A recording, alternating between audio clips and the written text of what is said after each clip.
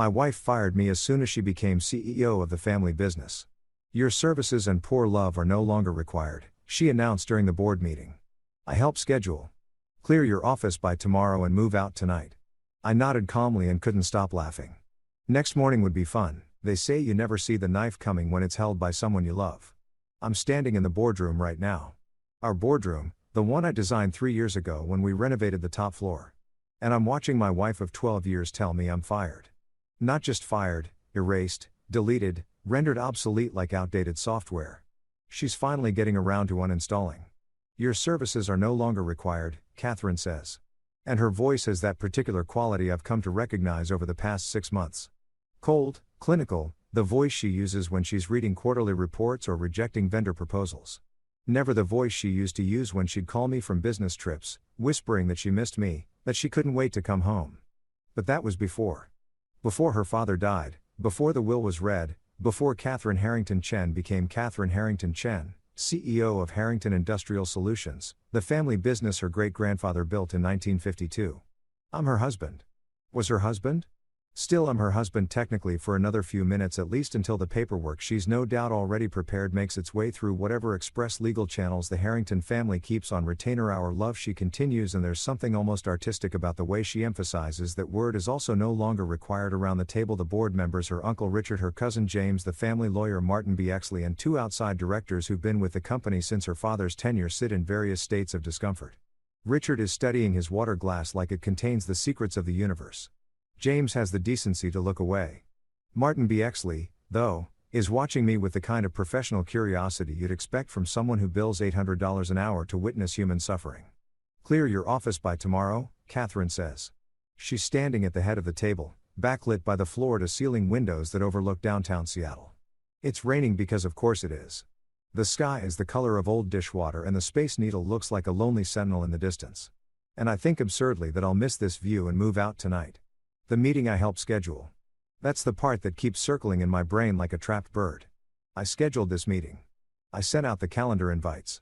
I coordinated with everyone's assistance. I even ordered the catering. There's a tray of untouched croissants and fruit on the credenza mocking me with their cheerful mundanity. I should feel something, I think.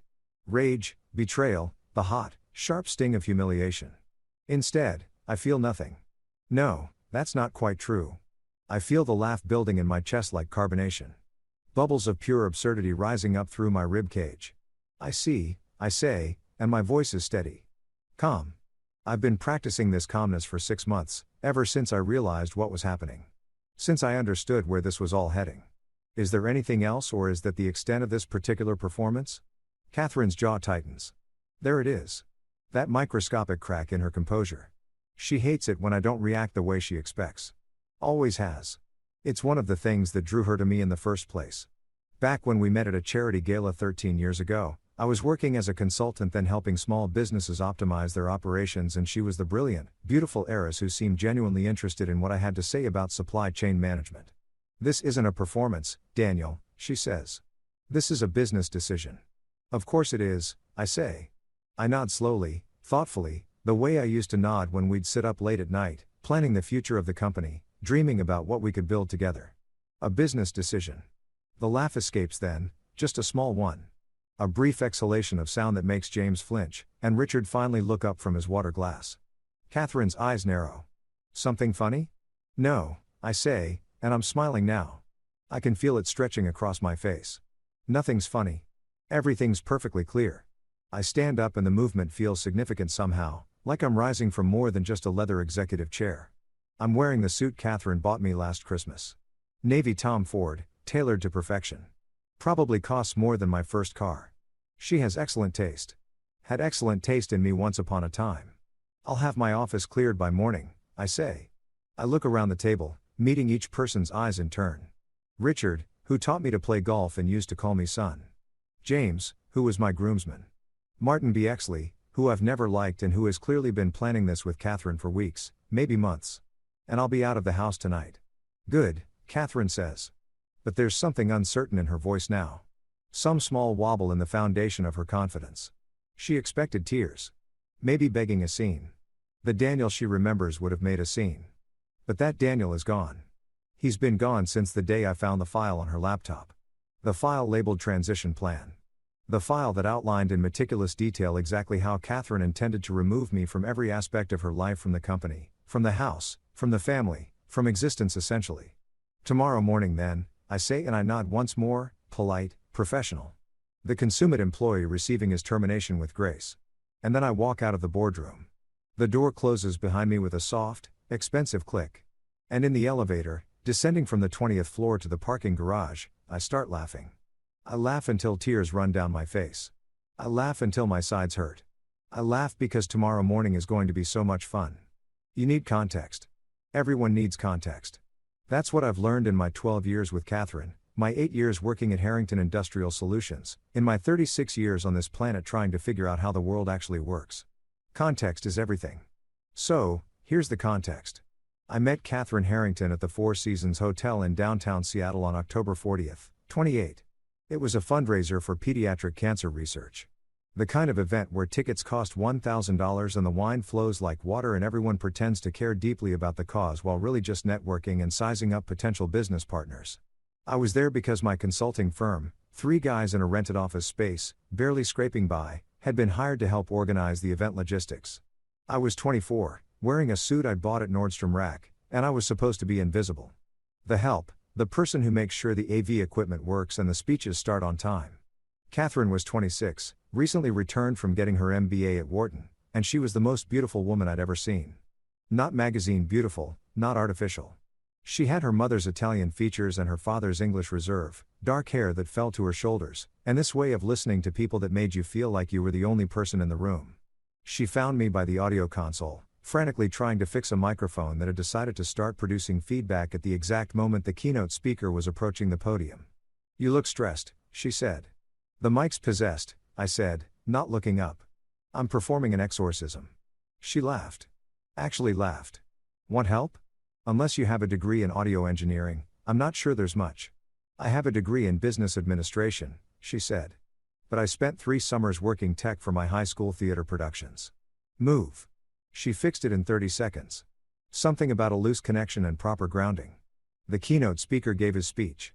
The event was a success. And afterward, Catherine found me again. "Buy you a drink?" she asked. "I can't afford drinks here," I said honestly. "I'm working." "I can," she said. "And technically my family is sponsoring this event, so I think I can expense it." We talked until 2 o'clock in the morning. She told me about growing up in the Harrington family, about the pressure and the expectations and the strange isolation of being part of Seattle's old money aristocracy, about how her father, Robert Harrington, was grooming her brother Marcus to take over the company, even though Marcus had no interest in business and just wanted to be a photographer. I told her about growing up in Tacoma, about my father leaving when I was 8, about my mother working 3 jobs to keep us afloat, about putting myself through the University of Washington on scholarships and student loans that I'd probably be paying off until I was 50. "You're not what I expected," she said at one point. "What did you expect?" "I don't know. Someone who'd be impressed by me, by my family, by the money." "Are you impressed by it?"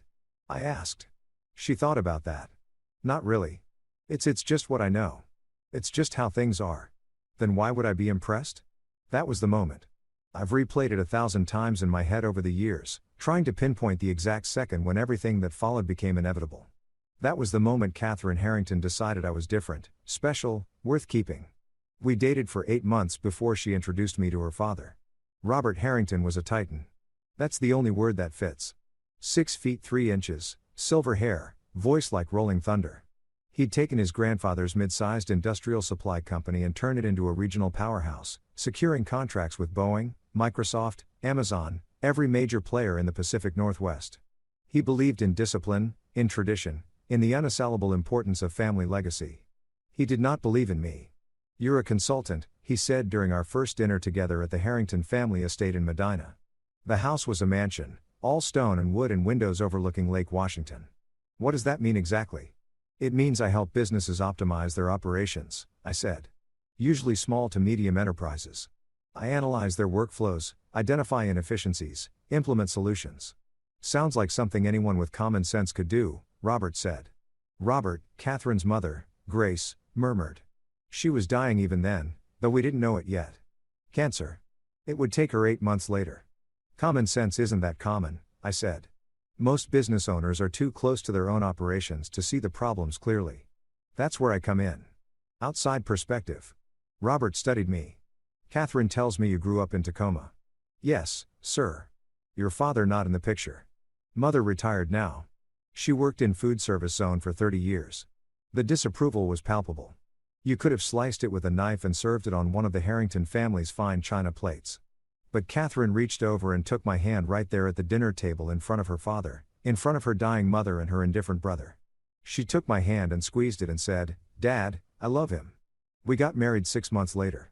People think money solves problems. It doesn't. It just changes them, upgrades them, turns them from immediate survival crises into long-term existential anxieties. The first year of our marriage, Catherine and I lived in a condo in Capitol Hill that her father bought us as a wedding present. It was twice the size of anywhere I'd ever lived, with floor-to-ceiling windows and a view of the Space Needle and furniture that cost more than my mother's annual salary. And I kept working as a consultant. Catherine took a position at Harrington Industrial Solutions as a senior analyst, working her way up from the bottom despite her last name. She was determined to prove herself, to show her father and the board, that she wasn't just riding on nepotism. We were happy. God, we were happy. We'd stay up late talking about the company, about business strategy, about the inefficiencies Catherine was noticing in his operations. I'd share my consulting insights and she'd absorb them like a sponge, asking questions, pushing back when she disagreed, refining ideas until they sparkled. "You should come work for his," she said. One night, we were in bed, her head on my chest, my fingers running through her hair. "I don't think your father would appreciate that," I said. "My father respects results. If you can show results, he'll come around." She was right. Sort of. It took 2 years, but eventually Robert Harrington offered me a position not in operations where my skills would have been most useful, but in business development, sales essentially, schmoozing clients, playing golf, taking buyers out for expensive dinners and convincing them that his was the right partner for their industrial supply needs. I was terrible at it. "You're too honest," Catherine's uncle, Richard, told me after I lost a major contract to a competitor. "You tell them exactly what we can and can't do. You need to oversell. Make promises. We can figure out delivery later." "That's fraud." I said, "That's business." But I learned you learn or you drown. I learned to smile and exaggerate and paint rosy pictures that were technically true, but fundamentally misleading. I learned to play golf and laugh at bad jokes and remember the names of clients' children and pets.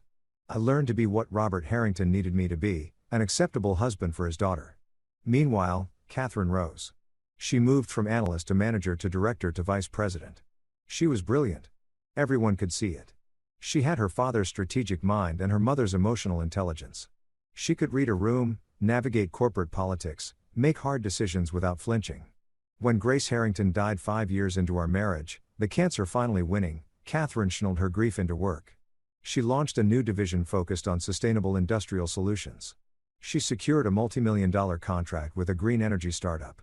She became indispensable and she's the future of this company. Robert told me at Grace's funeral. We were standing by the grave watching workers lower the casket into the ground. "Marcus doesn't have the head for business. It's going to be Catherine. She'll be great." I said she will, Robert agreed. "Question is, will you?" I didn't understand what he meant at the time, but I do now. Robert Harrington had a stroke on March 3, 2024. He was in his office reviewing quarterly reports when his brain simply betrayed him. One moment, he was the titan, the patriarch, the unshakable foundation of the Harrington Empire. The next moment, he was on the floor, his left side paralyzed, his speech reduced to slurred nonsense. He lived for 4 months after that, on 4 months in a hospital bed at Swedish Medical Center. Tubes running in and out of him, machines breathing for him, his mind still sharp enough to understand what was happening, but his body refusing to cooperate. Catherine visited him every day. So did I. We'd sit with him, reading the business reports out loud, pretending he could still make decisions, still guide the company he'd spent his life building. He died on July 14th. The funeral was enormous. 600 people crammed into St. James Cathedral. The mayor spoke. The CEO of Boeing sent a video tribute. Catherine delivered a eulogy that was so perfectly balanced between grief and strength that I saw grown men crying. I stood beside her, holding her hand, being the supportive husband. I had no idea what was coming. The will was read 3 days later in Martin Bexley's downtown office. The entire Harrington family was there. Catherine and Marcus, Robert's brother, Richard, Richard's children, James and Victoria, assorted cousins and second cousins, and family friends who were practically family. Martin Bexley cleared his throat and began reading. Most of it was expected. Charitable donations, trusts for the grandchildren Catherine and I hadn't had yet. The family estate to Catherine, investment portfolios divided among various family members, and then to my daughter, Catherine Margaret Harrington. I leave controlling interest in Harrington Industrial Solutions with the stipulation that she assumed the role of Chief Executive Officer immediately upon my death and that she exercise full authority over all business operations, personnel decisions, and strategic direction of the company. Catherine's hand tightened on mine. To my son Marcus David Harrington. I leave a 20% stake in Harrington Industrial Solutions with the understanding that his primary interests lie elsewhere along with the property in San Juan Islands and the means to pursue his artistic endeavors without financial constraint. Marcus nodded. He'd expected this, wanted this. Even to my brother Richard and to the extended Harrington family, I leave gratitude and the assurance that Catherine will honor the legacy we've built. There was more, but none of it mattered. Catherine was CEO. Catherine was in control. Catherine was the Harrington family. Now, we went home that night to our house in Madison Park. We'd moved there 3 years earlier, another gift from Robert. And Catherine opened a bottle of wine that probably costs more than most people's monthly rent. To Dad, she said, raising her glass. To your dad, I echoed. We drank. You'll be amazing, I said. You know that, right? You're going to take the company to places your father never imagined. She looked at me then, and there was something in her eyes I'd never seen before. Something cold, calculating. We'll see, she said. Started small. Little things, Catherine working later, coming home at 9:10, 11 at night, weekend calls that couldn't wait. Business trips that stretch from 3 days to a week to 2 weeks. I'm establishing my authority, she explained. I need the board to respect me. I need the employees to understand that things are changing. I understand, I said, and I did. Sort of. Taking over a company after your father dies, stepping into shoes that everyone assumes are too big for you, that takes effort. That takes sacrifice. What I didn't understand was why I was part of that sacrifice. The dinner stopped first. We used to have dinner together every night, sacred time, no phones allowed. But then Catherine started eating at the office. Then she started having working dinners with board members, with clients, with consultants. You should come, I'd say. These are business meetings, Daniel. It would be awkward. I work at the company, too. In business development, this is executive level strategy. The bedroom was next. Catherine started going to bed later, waking up earlier. When we did manage to be in bed at the same time, she'd be on her laptop reviewing documents, sending emails. Come back to me, I'd say, touching her shoulder. Not now. I'm working. It's midnight. Then go to sleep. The conversations dried up. We used to talk about everything.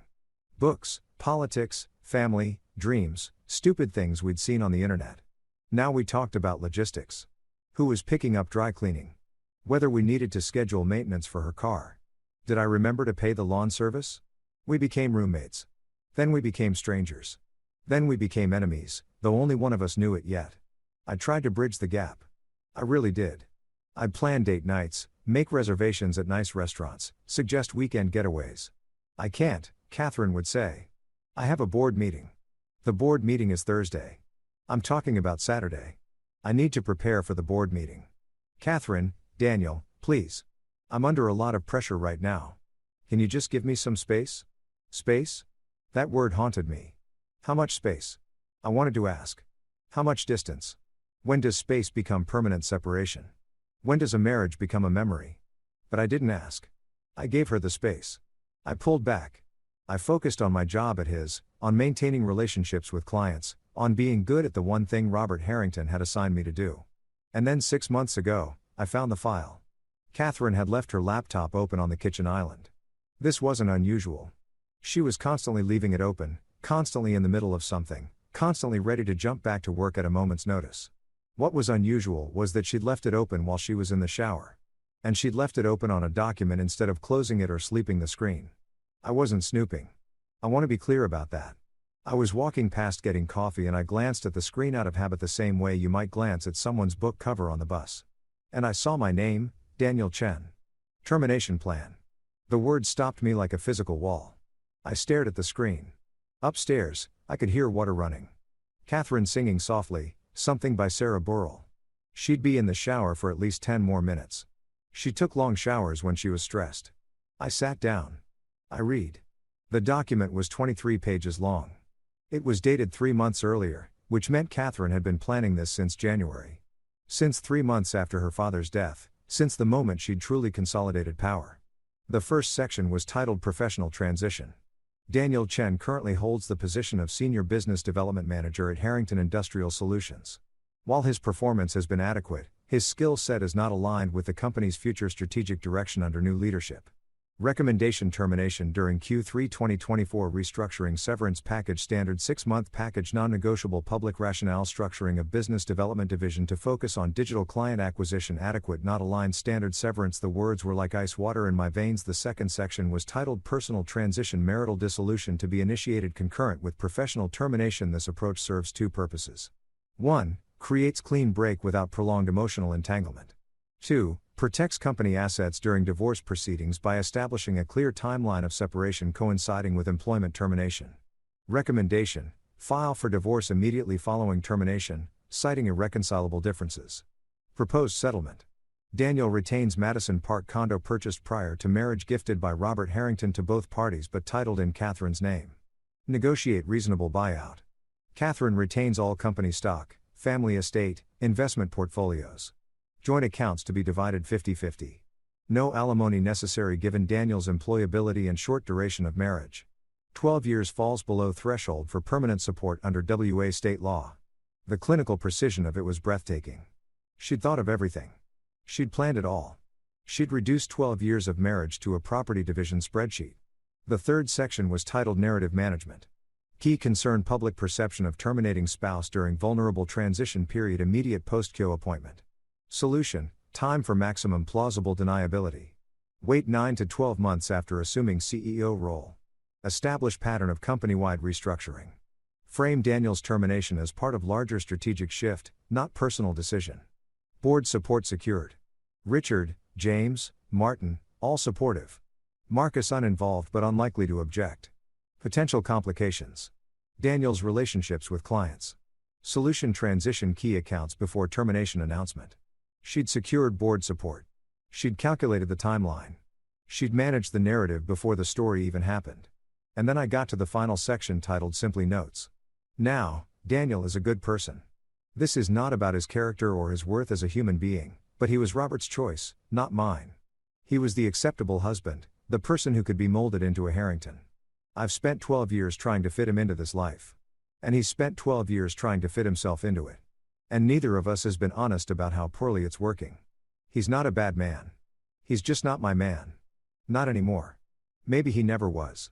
I need to do this for both of us. Even if he doesn't see it that way, even if he hates me, I need to set us both free. I sat there for a long time staring at those words. Upstairs, the water stopped. Catherine would be drying off, doing her skincare routine, picking out clothes. I had maybe 5 minutes. I pulled out my phone. I photographed every page of the document, every word, every cold calculation, every carefully planned betrayal. Then I closed the laptop. I went back to drinking my coffee. And when Catherine came downstairs 20 minutes later, her hair still damp, wearing jeans and a soft sweater, looking almost like the woman I'd married, I smiled at her. Good shower? I asked. Perfect, she said. I was thinking we could grab lunch today. I have a break between meetings. I'd love that, I said. We went to her favorite bistro. We talked about nothing important. She told me about a difficult vendor negotiation. I told her about a client's ridiculous request for custom industrial supplies in millennial pink. We laughed. We held hands walking back to the car. We were the perfect couple. And the entire time I was thinking about the file, about the timeline, about Q3 24, which meant I had maybe 3 months before everything fell apart. 3 months to plan, 3 months to prepare, 3 months to decide whether I was going to roll over and accept my adequate severance package and my negotiated buyout and my managed narrative, or whether I was going to do something else entirely. That night, I started building my own file. Here's what nobody tells you about revenge. It requires patience. Revenge is not a hot emotion. It's not the flash of anger that makes you want to throw something or yell or storm out. That's just rage. And rage is useless. Rage makes you sloppy. Rage makes you predictable. Real revenge is cold, methodical. It's a long game and played with perfect information and absolute commitment.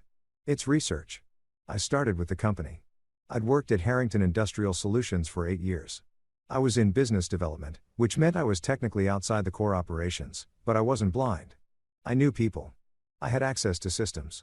I understood how things worked. And I understood something Catherine apparently didn't realize. Her father had trusted me. Not overtly, not publicly. But Robert Harrington in his final years had started copying me on emails, asking my opinion on operational issues, including me in strategic planning sessions that had nothing to do with business development. "You have good instincts," he told me once. "You see things clearly. No ego clouding your judgment." I thought he was just being kind. Now I understood he was testing me, grooming me, preparing me to be a real asset to the company, not just Catherine's acceptable husband. And in the process, he'd given me access to things. System permissions that hadn't been revoked when he died, email chains that documented decisions and strategies, financial data that showed the real state of his operations. I started downloading everything. Every document I could access, every email thread, every financial report.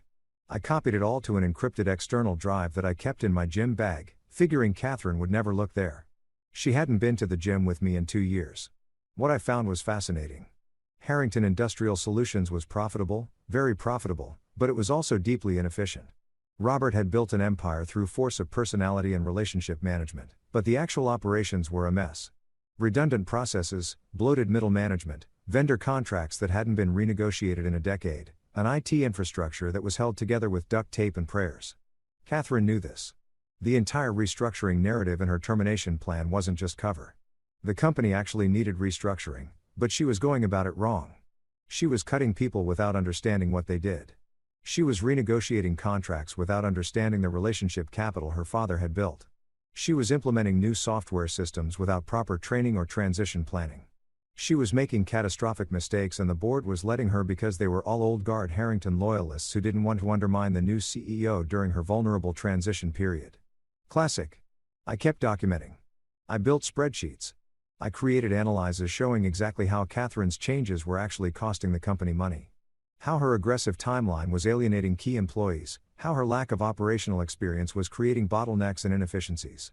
I did this at night after Catherine was asleep. I did this on weekends when she was at the office. I did this during lunch breaks sitting in my car in the parking garage compiling evidence of systematic mismanagement. And then I started looking into Catherine's personal life. I didn't want to believe it. That's important. I need you to understand that when you're married to someone for 12 years, when you've built a life with them, when you've been through deaths and celebrations and ordinary Tuesdays together, you don't want to believe they could be unfaithful, you'll make excuses. You'll rationalize. You'll tell yourself that the late nights are just work, that the distance is just stress, that the cold shoulder in bed is just exhaustion. You'll lie to yourself because the truth is too ugly. But I couldn't lie to myself anymore. Not after finding the termination plan, not after seeing exactly how disposable I was in Catherine's eyes. So, I hired a private investigator. His name was Marcus Reed, no relation to Catherine's brother, and he came recommended by a client who'd used him during a messy divorce. Marcus was expensive, discreet, and thorough. He looked like someone's accountant, which was apparently perfect for surveillance work because nobody had ever noticed him. "What am I looking for?" he asked during our first meeting.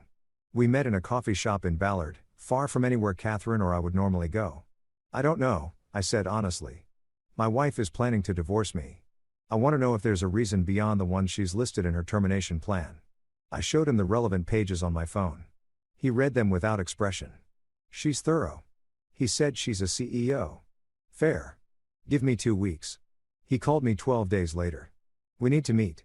He said this time we met in his office, a cramped space in a building near the airport. Marcus had a wall of monitors showing various surveillance feeds, none of which I could identify. He handed me a folder. "Your wife is having an affair," he said without preamble. "Has been for approximately 8 months, started in January, shortly after she became CEO." The words landed on me like physical blows. 8 months. January. The same month she'd started drafting the termination plan. "Who?" I asked. My voice sounded strange, distant. "Trevor Walsh. He's the COO at Cascade Tech Solutions, one of his major clients. They met during contract negotiations last fall.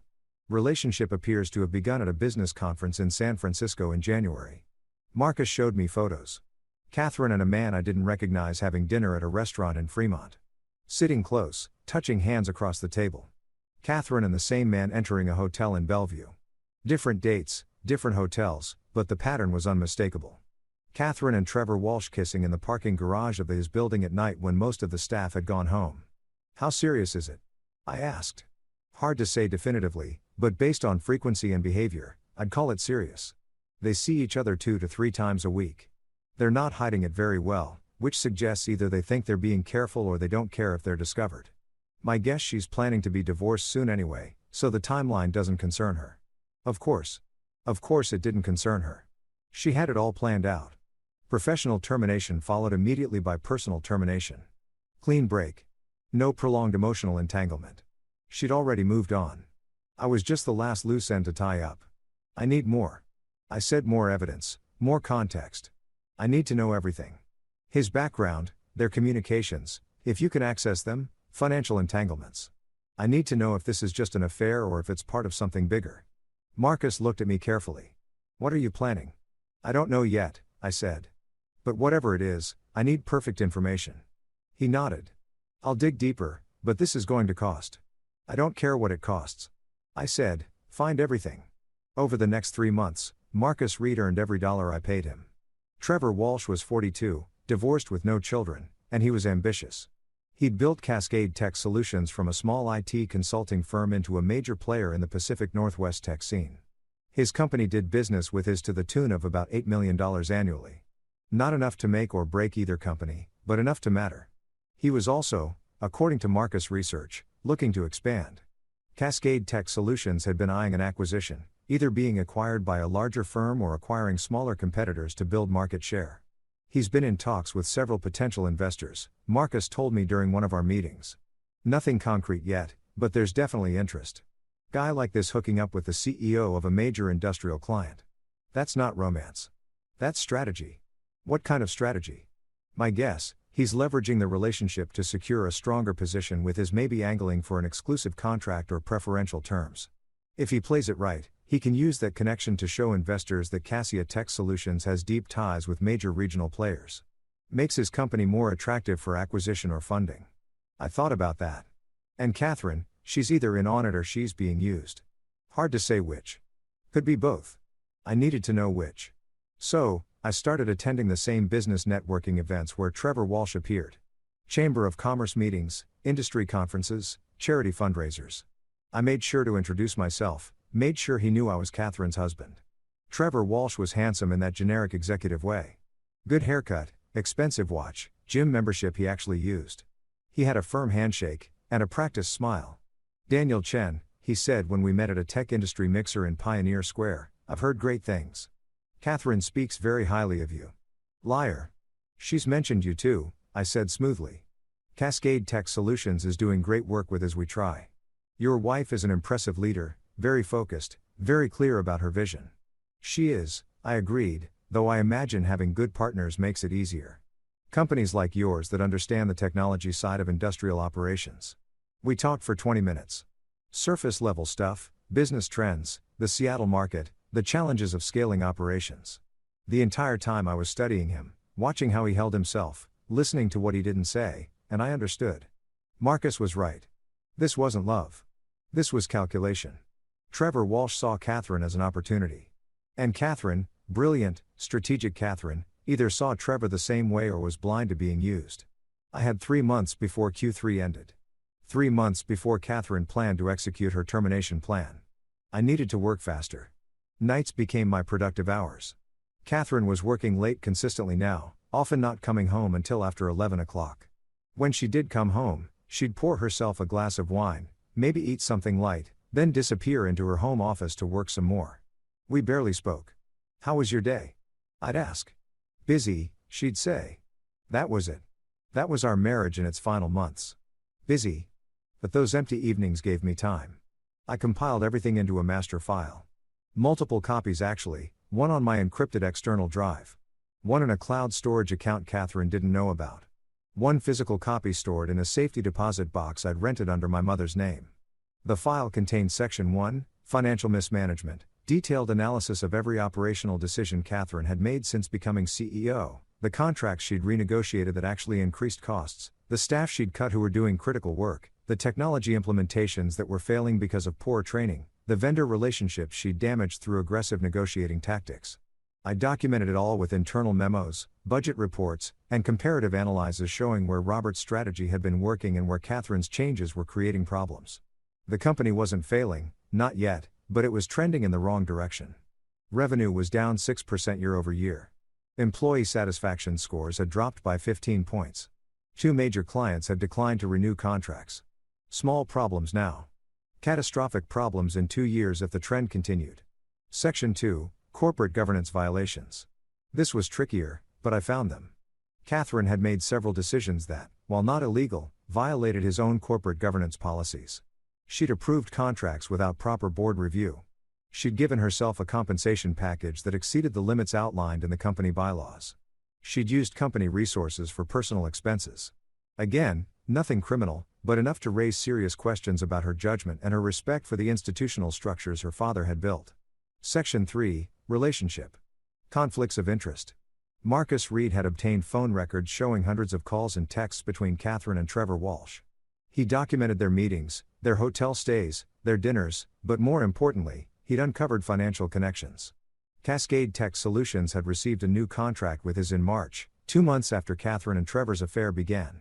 The contract was worth $12 million, a 50% increase over the previous agreement, and it had been approved without the usual competitive bidding process. Catherine had justified this by claiming that Cascade Tech Solutions was a proven partner and that the time savings from avoiding the RFP process justified the increased cost. But the numbers didn't support that claim. Other vendors could have provided the same services for 30% less. Catherine had chosen Trevor's company despite better alternatives. That was a conflict of interest. That was using her position as CEO to benefit her personal relationship. That was, if not quite illegal, definitely unethical and potentially actionable by the board or by shareholders. Section 4, the Termination Plan. I included the entire document, every clinical calculated word of it. This was my insurance policy. If Catherine tried to claim my termination was purely business, I had her own words showing it was personal. If she tried to claim the divorce was about irreconcilable differences rather than her affair, I had proof that she'd been planning this for months. I wasn't going to use it to be cruel. I wasn't going to publish it or make it public, but I was going to use it as leverage, as a reminder that she'd made choices, and choices have consequences. I needed allies. Catherine had secured support from Richard James and Martin Bexley. But there were other board members and 2 outside directors who'd been appointed during Robert's tenure, specifically because they weren't family, because they were supposed to provide objective oversight. Dr. Patricia Morrison was a retired business school professor who specialized in organizational behavior. She'd been on his board for 6 years and Robert had respected her insights even when they challenged his decisions. David Okoro was a former executive at another industrial supply company who'd taken early retirement and now served on several boards. He was in his 60s, Nigerian American, and had a reputation for asking uncomfortable questions. I contacted them both separately, discreetly using my personal email, not his account. I'm concerned about some operational decisions being made at his, I wrote. As someone who's worked closely with the company's operations for 8 years, I've been documenting some troubling patterns. I'd like to share this information with you with no strings attached and no expectation of action.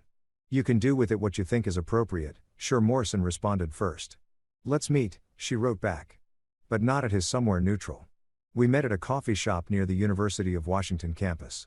Patricia Morrison was in her 70s with silver hair cut short and sharp eyes behind wire-rimmed glasses. You're Catherine's husband, she said. Not a question. I am. This puts you in a difficult position. I know it does. Why come to me? I pulled out a tablet and showed her the summary of my research. Not everything. Not the affair. Not the termination plan, but the operational and financial issues, the decisions that were hurting the company. She read for 20 minutes without speaking. Finally, this is damning. Yes, Catherine is still learning. She's been CEO for less than a year. She's entitled to make mistakes. She is, I agreed. But these aren't learning mistakes. These are judgment mistakes. And they're getting worse, not better. Patricia studied me. What do you want? I want the board to do its job. I want oversight. I want someone to ask hard questions. And you think Catherine will listen? I think Catherine will respond to pressure from the board. She respects institutional authority, even if she doesn't always respect individuals. Patricia closed the tablet. You realize this could destroy your marriage. My marriage is already over, I said quietly. Catherine just hasn't told me yet. She looked at me for a long moment. I'll talk to David. We'll review what you've provided. No promises. That's all I ask. Catherine announced the board meeting for October 15th, 3 weeks away. I knew immediately what it was. Q3 ended September 30th. She'd wait 2 weeks to close out the quarter, get the financial reports finalized, then schedule a board meeting for mid-October, exactly as she'd planned in the termination document. I need you to help coordinate, she told me. We were having breakfast, a rare moment of intersection in our increasingly separate lives. Send out the invites. Make sure everyone can attend. Order catering. What's the agenda? I asked casually. Restructuring announcement. We're streamlining business development to focus more on digital client acquisition. There it was. The exact language from her plan. Sounds important. I said it is. This is about positioning his for the next decade. I'll make sure everything's perfect. She smiled at me then, the first real smile I'd seen in months. Thank you, Daniel. I know things have been difficult lately. I appreciate your support.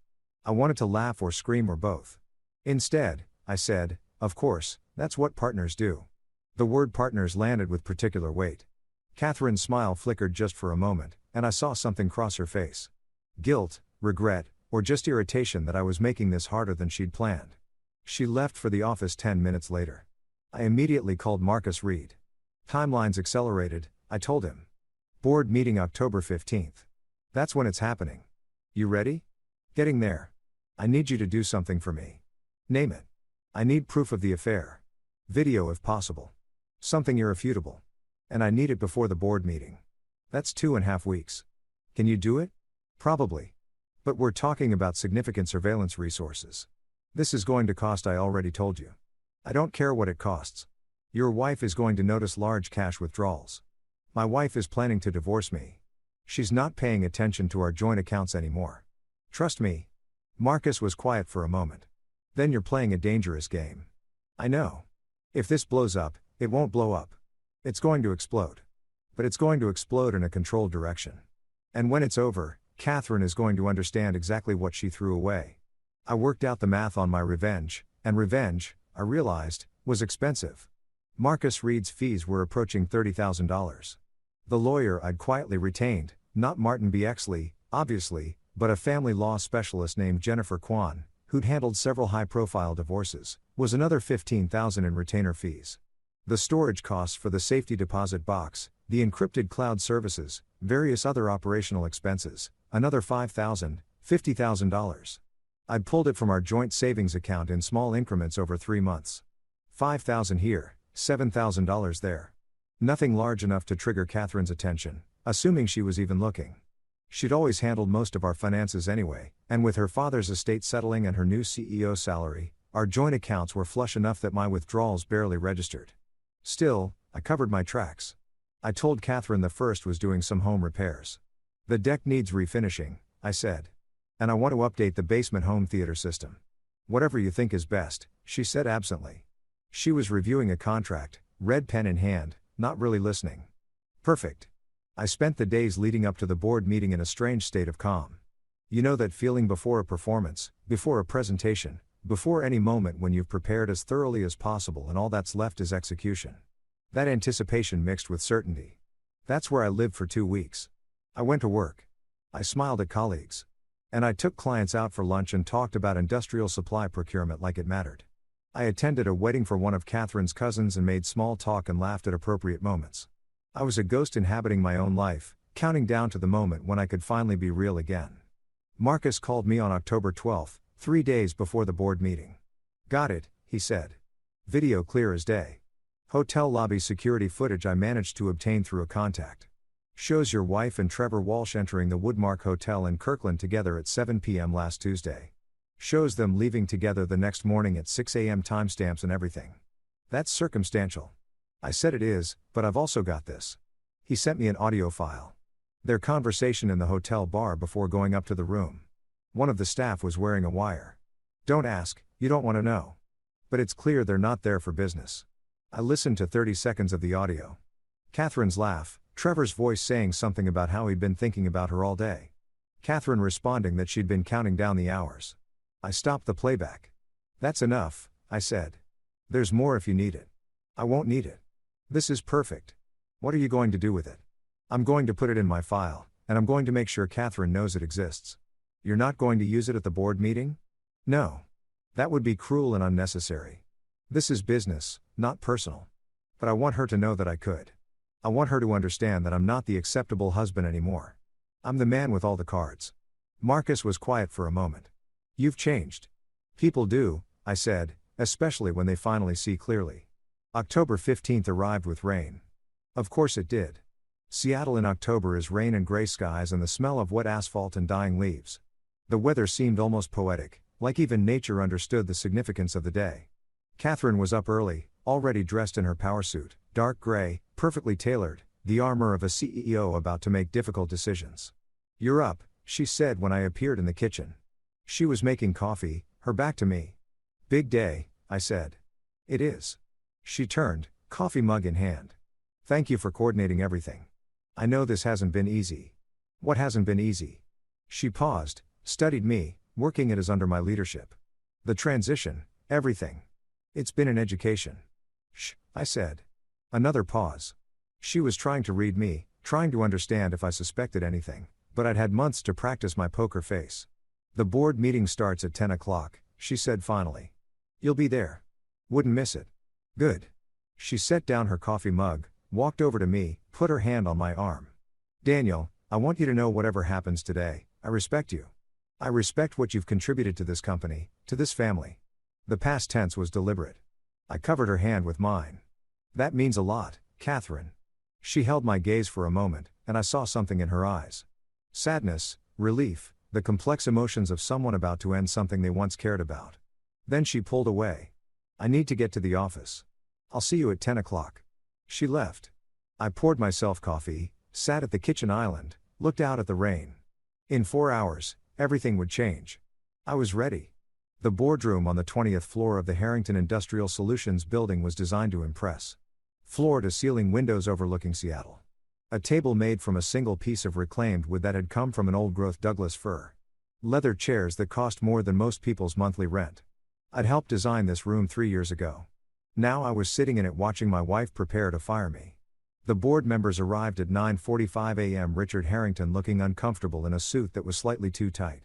James, his son, scrolling through his phone with the distracted air of someone who'd rather be elsewhere. Martin Bexley, the lawyer, carrying an expensive leather portfolio and wearing the expression of a man who knew exactly what was about to happen. Dr. Patricia Morrison arrived at 9:50 and she caught my eye briefly, a small nod. Acknowledgement.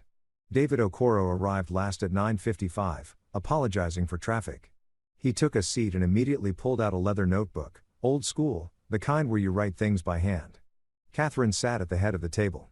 I sat 6 chairs down in the middle of the board arrangement, close enough to hear everything, far enough to maintain the illusion of separation. Thank you all for being here, Catherine began. Her voice was strong, confident, the voice of someone who'd practiced this speech multiple times. We have several items to cover today, but I want to start with the most significant operational restructuring. She pulled up a presentation on the large screen mounted on the wall slides she'd spent weeks perfecting. As you know, his has been operating on the same business development model for nearly 2 decades. While this model served us well under my father's leadership, the marketplace has evolved. Digital client acquisition is now the primary driver of growth in our industry. We need to pivot. She clicked to the next slide. Organization chart boxes and lines showing the current structure of the business development division. To that end, I'm proposing we restructure our business development team. We'll be eliminating 3 senior positions and 2 junior positions, redirecting those resources toward building out a digital marketing team and investing in CRM automation. My name wasn't on the slide yet, but everyone in the room knew it was coming. Daniel, Catherine said, and her voice softened slightly. Whether genuine emotion or performance, I couldn't tell. I want to thank you for your 8 years of service to this company. You've been instrumental in maintaining client relationships and representing his in the business community. Past tense again. However, your position is among those being eliminated as part of this restructuring. Your services, she paused, and I could see her choosing her words carefully, are no longer aligned with our strategic direction. She clicked to another slide. Severance packages, 6 months salary, continuation of health benefits, standard corporate separation agreement. We're offering a generous severance package, Catherine continued. And of course, we'll provide excellent references for your next opportunity. Around the table, various board members were reacting in various ways. Richard looked sad. James looked bored. Martin Bexley looked satisfied. Patricia Morrison was watching me. David Okoro was writing something in his notebook. Catherine took a breath. And then, perhaps because she couldn't help herself, perhaps because she needed to fully own this moment, she added, "Your poor love is also no longer required." The words hung in the air. Several board members looked confused. Martin Bexley's eyes widened slightly. That hadn't been in the script, and lawyers hate when clients go off script. "I'm sorry," Patricia Morrison said. "Could you clarify that last statement?" Catherine realized her mistake. I meant his position. The position is no longer required. But the damage was done. She'd revealed something. Let the personal bleed into the professional. Clear your office by tomorrow. Catherine continued trying to regain control, and she stopped because I was laughing. Not loud, not hysterical, just a quiet, genuine laugh. Everyone turned to look at me. "I'm sorry," I said, still smiling. "I don't mean to interrupt. Please continue." Catherine's jaw tightened. "Is something funny, Daniel?" "No," I said. I stood up slowly and I nodded to her, polite, respectful, the consummate, professional. "Everything's perfectly clear. Thank you for the opportunity to serve this company, and I'll have my office cleared by tomorrow morning." I turned to leave. "Daniel," Patricia Morrison said, "before you go, I have a few questions for Catherine about this restructuring plan. If you wouldn't mind staying for a moment." I paused, turned back. "Of course." Catherine looked uncertain. "Patricia, I'm not sure what questions you could have. The restructuring plan has been reviewed." "By whom?" David Okoro asked, looking up from his notebook. "By Martin and myself." "Not by the full board," Patricia said. It wasn't a question. The CEO has authority to make operational decisions without full board approval. Martin Bexley interjected. "That's clearly outlined in the corporate governance documents within certain parameters." David said, "Major restructuring that eliminates 20% of a division typically requires board consultation." Catherine's confident expression was cracking. "This is consultation. That's why we're having this meeting." "This isn't consultation," Patricia said gently. "This is notification. You've already made the decision. You've already prepared the severance packages. You've already set the timeline." She pulled out her own tablet. "I have been reviewing his operational performance over the past 9 months since you became CEO." Catherine's face pulled slightly. "Revenue is down 6% year over year. Employee satisfaction scores have dropped significantly. We've lost 2 major client contracts. Meanwhile, you've approved several large expenditures without competitive bidding, including," Patricia consulted her notes, "a $12 million contract with Cascade Tech Solutions that represents a 50% increase over their previous agreement. Cascade Tech Solutions is a proven partner." Catherine said the time savings from avoiding the RFP process justified the increased cost. "Did it?" David asked. "Because according to the analysis I received, other vendors could have provided similar services for 30% less. That's a $3.6 million difference. That's not time savings. That's wasteful spending." Catherine looked at Martin Bexley. "Where is this analysis coming from?" Patricia Morrison looked at me. "Daniel, this was it. The moment I'd been planning for 3 months." I reached into my bag and pulled out a folder. Not the full file that would come later if needed, but enough. The operational analysis. The financial data, the documentation of poor decisions. "I've been documenting operational concerns for the past several months," I said. My voice was calm, level. As someone who's worked closely with this company for 8 years, I felt it was my responsibility to ensure board members had complete information. I handed copies to Patricia and David.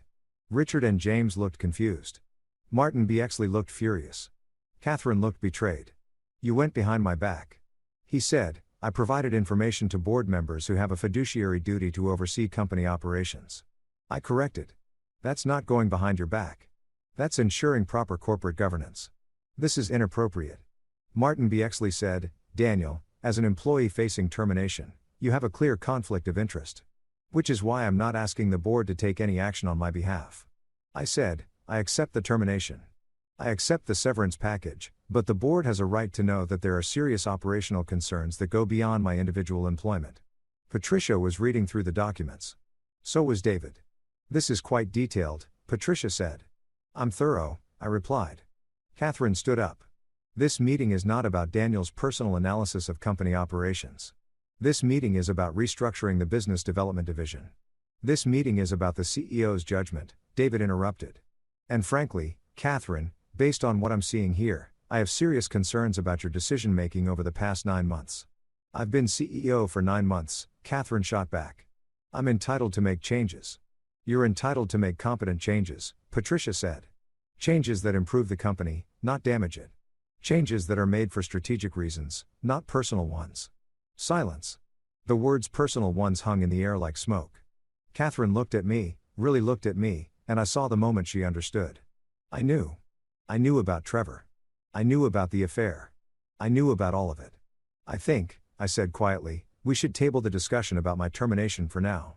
The board clearly needs to have a broader conversation about operational strategy. I looked at Catherine. I'll wait outside. I walked out of the boardroom. The door closed behind me with that same soft, expensive click. And in the hallway, with rain pattering against the windows and the city spread out below like a gray watercolor painting, I started laughing again because tomorrow morning was still going to be fun. The board meeting lasted 4 hours. I sat in the employee lounge on the 20th floor drinking terrible coffee from the communal Keurig machine and watching rain streak down the windows. Other employees came and went, eyeing me curiously. Word had apparently spread that something significant was happening in the boardroom, but nobody asked questions. At 2:15 p.m., my phone buzzed. Patricia Morrison, we need to talk. Not today. Tomorrow. 9 a.m. same coffee shop. Me, I'll be there. At 2:47 p.m., David Ayoro emerged from the boardroom. He saw me, nodded once, and headed for the elevators without a word. At 3:30 p.m., Richard and James left together, talking in low voices. At 4:15 p.m., Martin Bexley stormed out, his face red, his expensive leather portfolio clutched under his arm like a shield. At 5 p.m., Catherine finally emerged. She looked exhausted. Her perfect CEO armor had cracked somewhere around hour 3, and now she just looked like a woman who'd been through an ordeal. She saw me. Our eyes met. We need to talk, she said. I agree. Not here. Home. I'll meet you there. I drove separately, which gave me time to think, to prepare, to center myself for whatever was coming. When I arrived at our house in Madison Park, the house Robert Harrington had gifted us, the house where we'd built 12 years of life together. Catherine was already there, standing in the kitchen with a glass of wine. Want one? She asked. No, she nodded, took a long drink, set the glass down.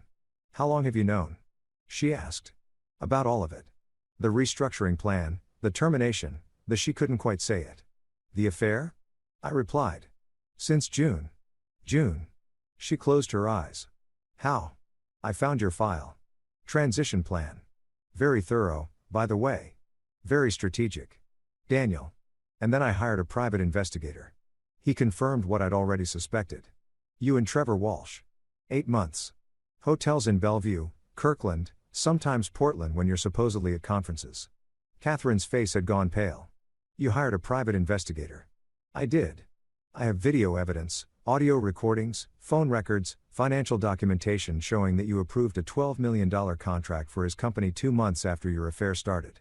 I paused. I have everything, Catherine. Every lie, every calculation, every moment. You decided I was disposable. She sat down heavily on one of the kitchen bar stools. It wasn't supposed to happen like this. How is it supposed to happen? You fire me in front of the board. I accept my adequate severance package. We have an amicable divorce and you move on with Trevor. Was that the plan? It's more complicated than that. Explain it to me then. Make me understand how 12 years of marriage becomes your services are no longer required. Catherine looked up at me and there were tears in her eyes. Real tears, I thought. Not performance. You were never supposed to be permanent, she said quietly. You understand that, don't you?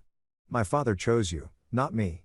He chose you because you were safe, because you were moldable, because you were the acceptable husband who wouldn't threaten the family legacy. And her voice broke. I tried, Daniel.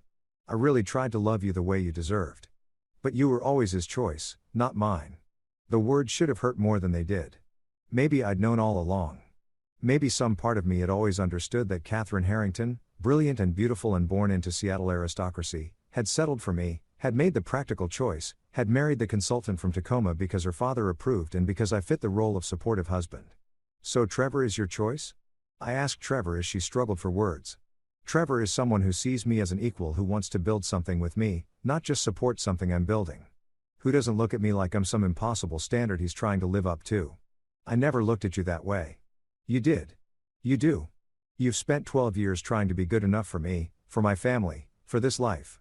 And I've spent 12 years feeling guilty that you had to try so hard. There was truth in that painful, complicated truth. So, you decided to end it, I said professionally and personally. Clean break. I thought it would be easier for both of us if we ripped off the bandage in front of the board. That was a mistake. The personal comment. I didn't mean to. She wiped her eyes. I'm sorry. I shouldn't have said that. But you meant it. I meant that we're over. That we've been over for a long time and neither of us has had the courage to admit it. Maybe she was right. Maybe we had been over. Maybe I'd been holding on to something that was already dead, preserved only by routine and obligation and the fear of starting over. But that didn't excuse what she'd done. You could have talked to me, I said. You could have been honest. Instead, you made a strategic plan for my removal. You treated me like a problem to be solved, not a person you'd built a life with. I know. And you started an affair with a business partner. You used your position as CEO to benefit Trevor's company. You compromised his interests for personal reasons. It's not that simple. It's exactly that simple. And now the board knows it. Patricia and David are going to recommend a full operational review. They're going to scrutinize every decision you've made since becoming CEO. They're going to find all the places where your judgment failed. Catherine's tears stopped. Her expression hardened. What do you want? What do I want from this conversation? From this situation? You clearly have leverage. You have evidence. You could destroy me if you wanted to. So, what do you want? I thought about that. I'd spent 3 months planning this moment. 3 months documenting and researching and building my case. 3 months imagining exactly how I dismantled Catherine's world the way she'd planned to dismantle mine. But standing here in our kitchen, looking at my wife of 12 years, seeing her scared and angry and cornered, I realized something. I didn't want it to destroy her. I wanted her to understand. I want you to know that I wasn't disposable, I said finally. I want you to know that the years we spent together mattered, even if they're over. I want you to know that you made choices and those choices had consequences and you don't get to control how this ends just because you're the CEO. Catherine stared at me. I'm going to take the severance package, I continued. I'm going to clear my office tomorrow. I'm going to move out. We're going to get divorced and we're going to split everything fairly, no matter what you thought fair meant in your transition plan, Daniel, but I'm also going to make sure the board knows everything. Not the affair. That's between you and Trevor and your own conscience, but the operational issues, the financial concerns, the pattern of poor judgment. The board needs to know because it deserves better than a CEO who's making decisions based on emotions and relationships instead of strategy. They'll force me out. Catherine said quietly. If you give them all that evidence, they'll ask for my resignation. Maybe. Or maybe they'll give you a chance to fix it. To prove you can lead without letting personal complications cloud your judgment. That's up to you. I picked up my keys from the counter. I'll be staying at a hotel tonight. Tomorrow, I'll come by to pack some things. We can figure out the details later. I walked toward the door. Daniel, Catherine called. I turned. For what it's worth, she said, you were always too good for this, for me, for this family, for all of it. No, I said. I was exactly good enough. You just never saw it. I left. I met Patricia Morrison at the same coffee shop near the University of Washington campus the next morning at 9 a.m. sharp. She was already there. 2 cups of coffee waiting on the table. You look tired, she said as I sat down. Long night. I imagine so. She pushed one of the coffees toward me. The board met again last night. Emergency session without Catherine. I sipped the coffee. It was better than the office Keurig swill. And we've decided to conduct a full operational review, external consultants, complete audit of every major decision made since Catherine became CEO. It'll take 3 months, maybe longer. What happens to Catherine in the meantime? She remains CEO, but with enhanced board oversight. Every major decision has to be approved by myself and David. She's essentially on probation. I nodded. That's fair, is it? Patricia studied me. You could have pushed for more. You could have demanded her resignation. The evidence you provided was damning enough. I could have. I agreed. But that's not what this is about. What is it about? Accountability. Catherine made mistakes, big ones. But she's not incompetent. She's brilliant. Actually, she just let personal issues compromise her judgment. If she can separate those things, if she can focus on the actual work of running his, she might be great at it. Patricia smiled slightly. You're more generous than most people would be in your position. Maybe. Or maybe I just understand that revenge isn't the same as justice. Wise words. She pulled out a folder. Speaking of which, the board would like to make you an offer. I raised an eyebrow. I'm fired. Remember, you're terminated from your business development position, but we'd like to hire you as a consultant. 6-month contract. You'll work directly with the external auditors, providing operational context and institutional knowledge. Essentially, you'll help clean up the mess. I stared at her. You're serious completely. David suggested it. He was impressed by the quality of your analysis. He said anyone who could document operational failures that thoroughly probably has good ideas about how to fix them. Catherine will hate this. Catherine doesn't have a choice. The board is invoking its oversight authority. If she wants to remain CEO, she has to accept our conditions. And one of those conditions is that we bring in people we trust to help with the operational review. I thought about it. Working at his for another 6 months, seeing Catherine regularly, navigating the awkward reality of being her soon-to-be ex-husband who's also consulting for the company she runs. It sounded complicated. It sounded messy. It sounded exactly like the kind of challenge I needed. What's the pay? I asked. Patricia named a figure that was double my former salary. I almost choked on my coffee.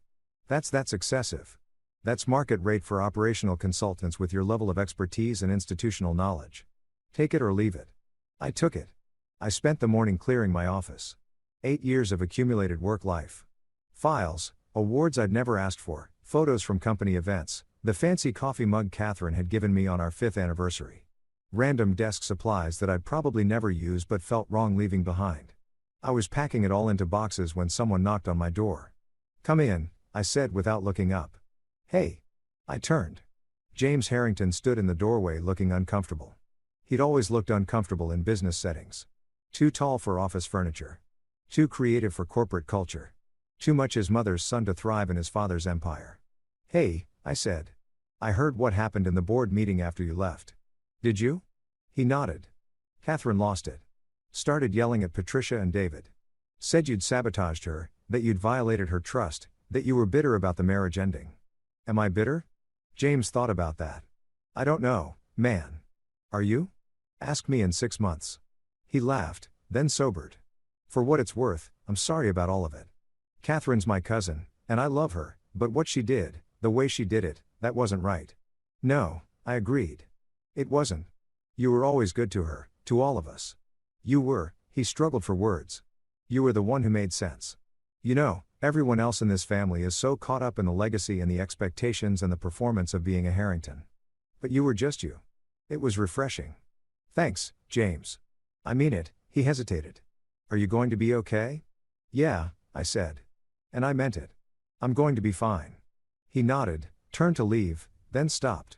Daniel, when you figure out what you're doing next after all this consultant work for the board, call me. I'm working on something. Photography project might turn into a business. Could use someone who understands operations and isn't afraid to tell me when my creative ideas are financially insane? I smiled. I'll call you. He left. I went back to packing. By noon, my office was empty. Just blank walls and a clean desk and the faint outline where my name plate had been on the door. I was loading the last box into my car when my phone rang. Catherine. I almost didn't answer, but that felt cowardly. Hello. The board offered you a consultant position. Her voice was flat. Controlled. They did. You accepted.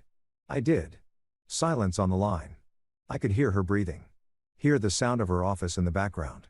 The soft hum of HVAC. The distant murmur of the floor below. This is cruel, Daniel. This is business. I replied, echoing her words from yesterday. The board wants operational oversight. I have operational expertise. It's a logical fit. You know that's not what I mean. What do you mean? You're going to be here at his working with the people, auditing my decisions, constantly reminding everyone that I failed, that I compromised the company, that her voice cracked, that I destroyed us for nothing. Not for nothing, I said gently. You destroyed us for Trevor, for the life you thought you wanted.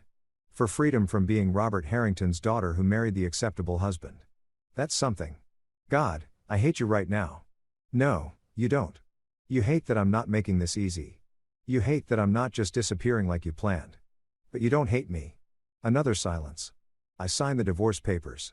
Catherine said Martin filed them this morning. You'll be served in the next few days. Okay, that's it. Just okay. What did you want me to say? That I'll fight it? That I'll make it difficult? I told you last night we're getting divorced. We're splitting everything fairly. I'm not going to be vindictive, but you're going to be here at the company for 6 months and then I'll move on. We'll both move on. This is temporary, Catherine. All of this is temporary. I could hear her thinking, processing, trying to find the angle, the strategy, the way to regain control of a situation that had slipped through her fingers. Finally, will you at least be professional? Have I ever been anything else? She laughed, bitter, but genuine. No, you've always been professional, even when you probably shouldn't have been. Is that a compliment? I don't know what it is. I watched rain start to fall again. Light drizzle making tiny rivers on my windshield. I should go, Daniel. Yeah, I'm sorry. I know I said it last night, but I need you to know I'm genuinely sorry for all of it. I know, I said. And I did. Catherine was many things. Calculating, strategic, sometimes cold. But she wasn't cruel for cruelty's sake. She'd made choices she thought were right. Choices she thought were necessary. And those choices had blown up in her face. She was sorry. It just didn't change anything. Goodbye, Catherine. Goodbye.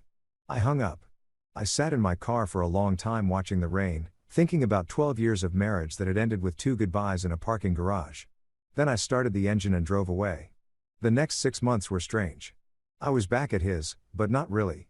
I had an office on the 19th floor, 1 floor down from the executive suite, which felt symbolic.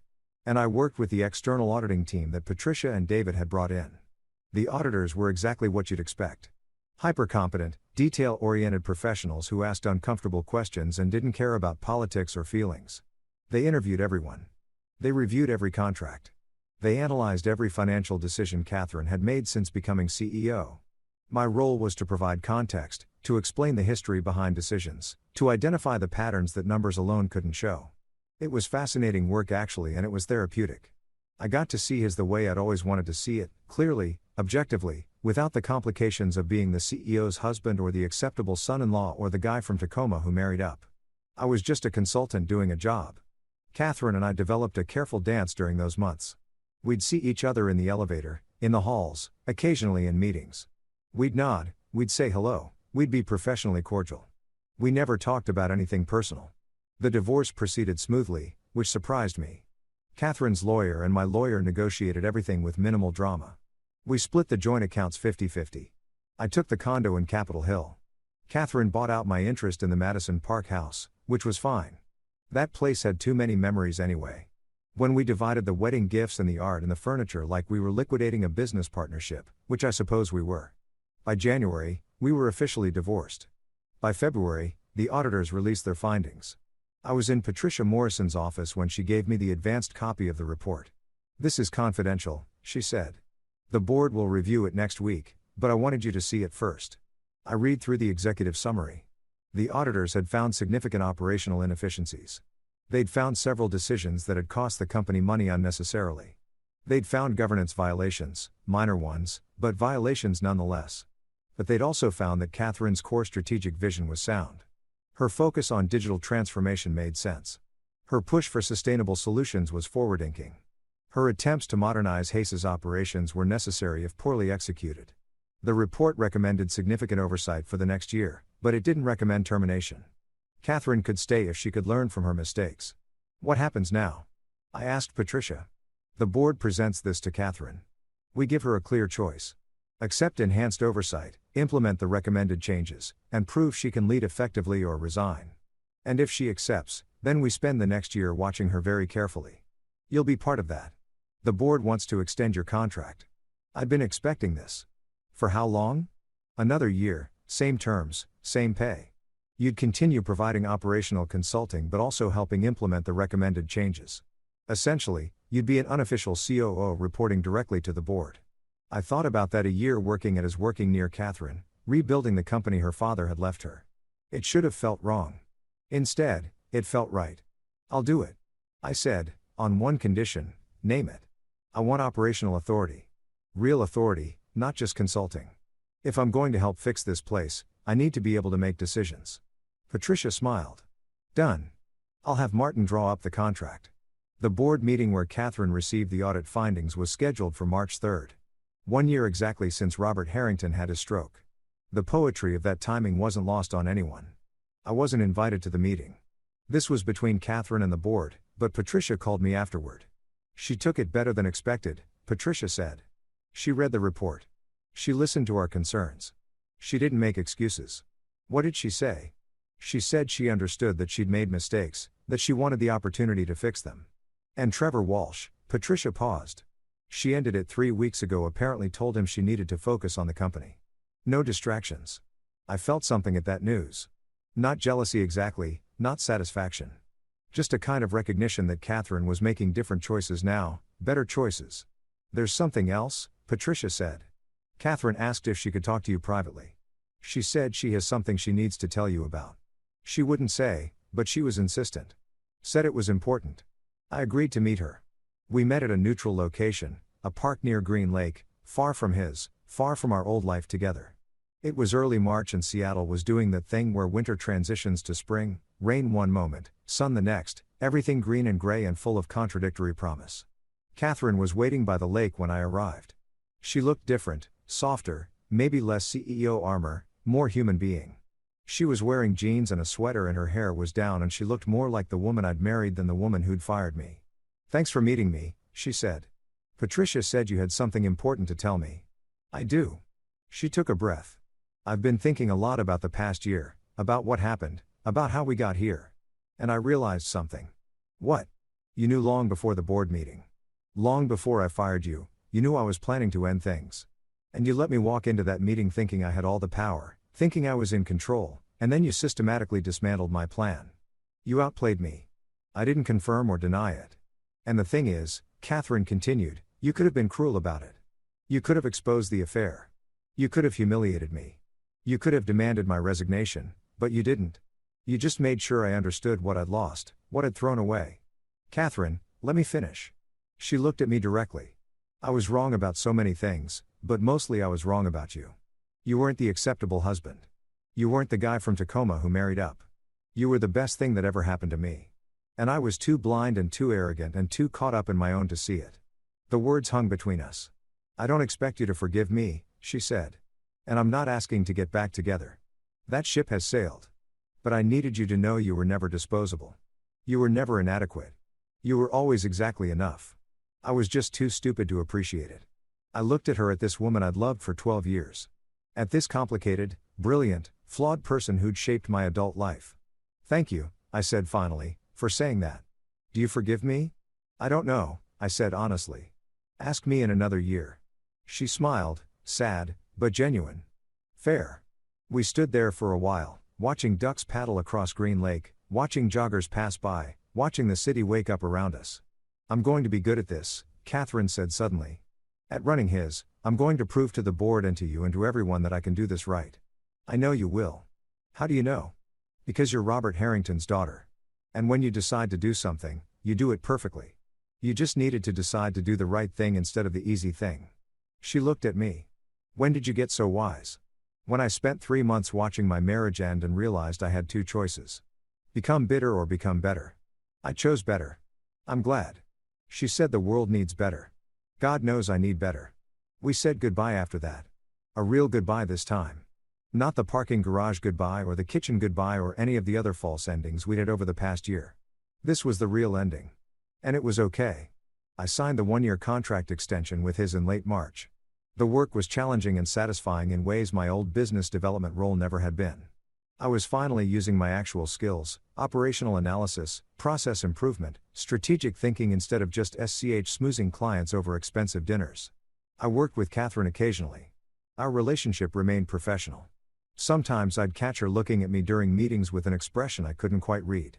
Regret, respect, some complicated mix of both. It didn't matter. We had a job to do.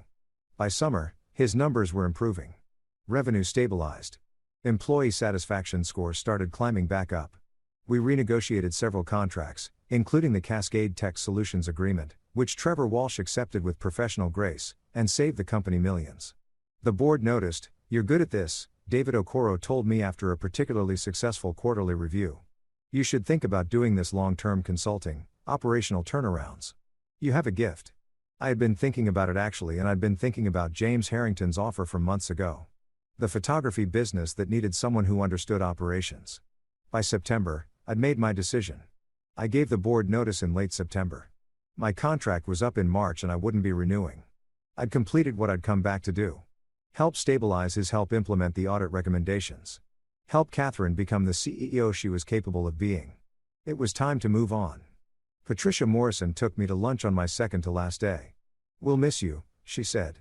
The board wanted me to extend another offer, permanent position, chief operating officer, full executive compensation package. "I appreciate that," I said, "but no." "May I ask why?" "Because this was never supposed to be permanent. I came back to finish something, to close a chapter, but my future isn't at his. It never was." "What is your future?" I told her about James' photography business, about the plan we'd been developing, about how I'd finally figured out that I didn't need to work for a dynasty or live up to someone else's expectations or be the acceptable anything. I could just be Daniel Chen, consultant and business partner and person who helped creative people turn their dreams into sustainable enterprises. Patricia smiled. "Robert would have been proud of you, would he?" "Absolutely. He always said the mark of a good man wasn't how he handled success, but how he handled betrayal. You handled it with grace. I handled it with strategy." I corrected. "Grace came later." She laughed. "Fair distinction. My last day at his was March 2, 2026. 2 years almost to the day since Robert Harrington's stroke. 1 year and 5 months since Catherine had fired me in that boardroom. The company threw me a small goodbye party in the evening. Nothing elaborate, just cake and coffee and a few kind words from various people I'd worked with over the years. Catherine gave a short speech. "Daniel Chen has been part of the Harrington family for 14 years, she said. She was standing by the windows, backlit by the Seattle skyline, just like she'd been during my firing. But her voice was different now. Warmer, real. He's been a colleague, a friend, a partner, and occasionally a pain in my ass when I needed someone to tell me I was wrong. People laughed. He's helped this company more than most people know. He's helped me more than I deserve. And while I'm sad to see him go, I'm excited to see what he builds next. Because if there's one thing I've learned about Daniel, it's that he's very good at building things, even when other people are actively trying to tear them down." Her eyes met mine on that last sentence. Message received. After the party, after most people had left, Catherine approached me. "Can we talk?" she asked one last time. "Sure." We went to the boardroom. Empty now. Just us and the city lights and the ghosts of all the meetings we'd had in this space.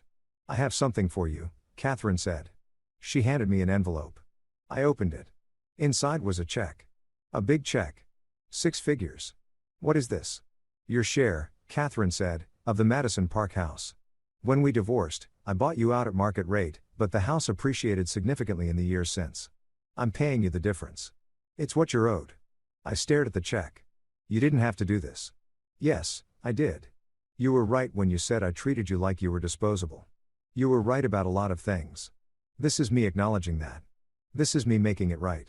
I folded the check, put it in my pocket. "Thank you. Thank you," she said, "for everything. For not destroying me when you could have. For helping me become better. For," her voice caught, "for being exactly who you were, even when I couldn't appreciate it." We stood there in the boardroom for a long moment. Then Catherine did something unexpected. She hugged me. It was brief, professional almost, but real. "Be happy, Daniel," she whispered. "You deserve it." "You, too," I said. We separated. She nodded once, then turned and walked out of the boardroom. I stood there alone for a few more minutes, looking out at Seattle, at the city where I'd built and lost and rebuilt a life. Then I turned off the lights and walked out, and I'm sitting in a coffee shop in Capitol Hill on a Saturday morning in March 2028, reading the Seattle Times. The headline on the business section makes me smile. Harrington Industrial Solutions posts record profits under CEO Catherine Harrington. The article is glowing. It talks about how Catherine has transformed us into a leader in sustainable industrial solutions, how she's expanded into new markets, how employee satisfaction is at an all-time high, how she's become one of Seattle's most respected CEOs. It mentions in passing that she's engaged to a local architect named David Park. No mention of Trevor Walsh. That chapter is closed. Good for her. My phone buzzes. Text from James Harrington. "James, finished editing the photos from the Iceland shoot. Want to come by the studio later? Also, potential investor meeting next week. Need you to make me sound financially responsible." "Me? I'll do my best." "That's a tall order, James. Rude, but fair." I smile and put my phone away. Harrington Creative Group is thriving. James' photography business has expanded into video production, commercial work, even some documentary projects. I handle the operations, the finances, the boring parts that allow James to focus on being creative. We're profitable, growing, building something that matters. I'm building something that matters, and I'm doing it on my own terms, with my own choices, without needing anyone's approval or validation. The coffee shop door opens, and someone sits down across from me. "Sorry I'm late," she says. "Traffic was terrible." Her name is Sarah. She's a public defender. We met at a mutual friend's dinner party 6 months ago, and we've been seeing each other since. She's brilliant and funny, and she has no idea who the Harrington family is, which is refreshing. "How was court?" I ask. "Long, frustrating. I won, though." "Of course you did." She steals a sip of my coffee. "What are you reading?" I show her the article about Catherine. "That's your ex-wife, right?" "Yeah." She sounds impressive. She is. Sarah studies me. "Do you regret it?" "The divorce. I think about that about 12 years of marriage. About the termination plan and the betrayal and the systematic dismantling of someone else's revenge. About the morning after the board meeting when I'd sat in my car laughing because I knew tomorrow was going to be fun. It had been fun. Painful, complicated, messy, but fundamentally deeply fun. Not because I'd enjoyed hurting Catherine, but because I'd finally understood my own worth. Because I'd stopped being the acceptable husband and started being myself. No, I tell Sarah. I don't regret it. It was necessary. We were necessary for a time, but we're not anymore. And now I'm here with you building something new. That's enough." Sarah smiles, leans over, and kisses me. Good answer. We sit there for a while drinking coffee, talking about nothing important, watching the city move around us. Later, I'll go to James' studio. Later, I'll review the financials for our next quarter. Later, I'll call my mother, who retired to Arizona and calls me weekly to make sure I'm eating properly, and tell her about Sarah, about work, about life. Later, I'll live the life I chose instead of the life someone else chose for me. But right now, I'm just sitting in a coffee shop on a Saturday morning, reading the newspaper, drinking coffee with someone I care about.